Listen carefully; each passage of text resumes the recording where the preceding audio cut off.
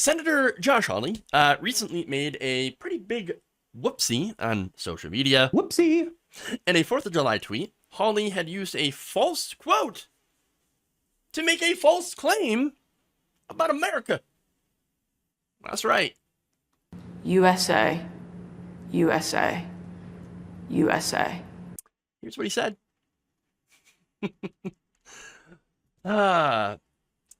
Patrick Henry, it cannot be emphasized too strongly or too often that this great nation was founded not by religionists, but by Christians. Not on religions, but on the gospel of Jesus Christ. For this very reason, peoples of other faiths been afforded asylum, prosperity, and freedom of worship here. So, now, you can look at it and be like, oh, okay, that's certainly, those are words, that is a quote, from somebody, but it wasn't from, Patrick Henry. Which, again, makes it kind of a Whoopsie. He never said that, you freaking dunce.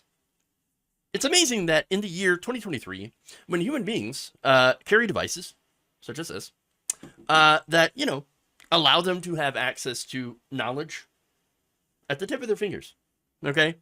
That this man cannot take the time to look up the real quote. I mean, again, we have the most powerful compact computing devices the world has ever seen in history, in existence, that can find information literally in seconds. And this man, this lazy dipshit, cannot be bothered to use it to take 20 seconds to Google. It doesn't have to be Google. You could use Microsoft Edge. Since there's no Internet Explorer, of course. I mean, you could use Internet Explorer. I suppose you could use Ask Jeeves for all I care. Either way, you would find on a search, a relatively simple search, that is not true. Patrick Henry never freaking said that. Period. But here's the thing. It's not an accident. It's not. Josh Hawley, he knows better. There's no excuse here, okay? He cannot feign or claim ignorance. No, he's pushing this BS on purpose. This is a lie. The fact is that the United States was not founded as a Christian nation. Period.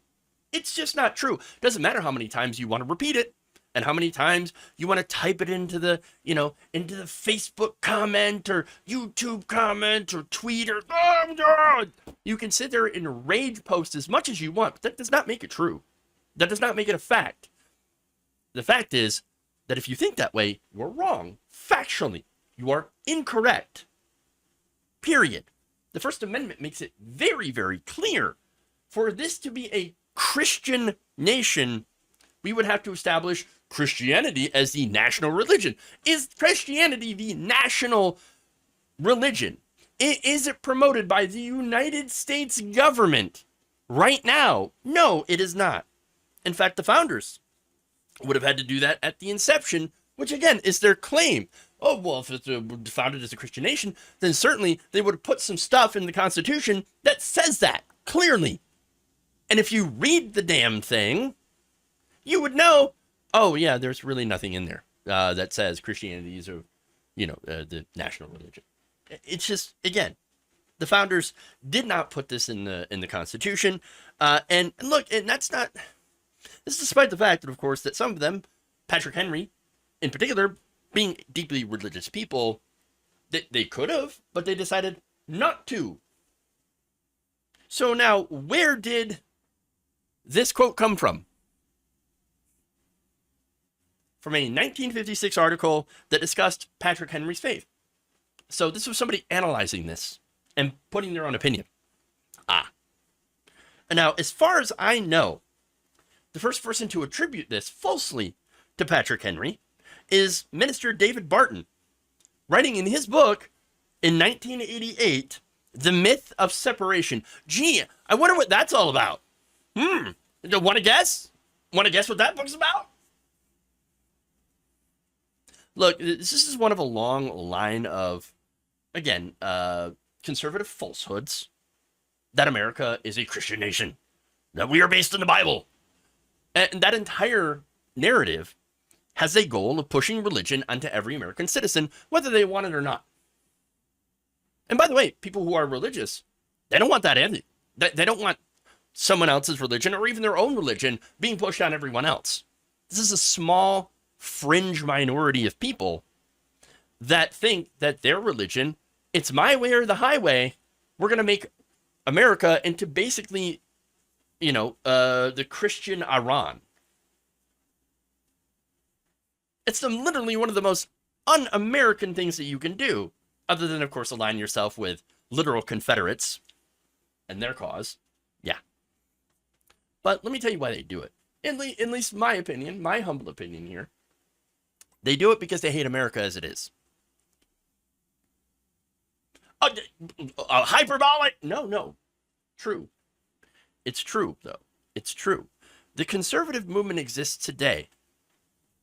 All it does, the entire purpose of it, is to drag the country not backwards, but to a time, a place where the country never was. What do I mean by that? They want to create a Christian state, a Christian nationalist state in this country, where women of all colors, black people, and other racial minorities are second to wealthy, white, cisgender, Christian, conservative men. And, of course, the LGBTQIA community, atheists, etc., are not allowed to openly exist. That is their ideal country, where the white men are in charge and everyone else is subordinate, or isn't allowed to exist. Now, that's not the promise of America.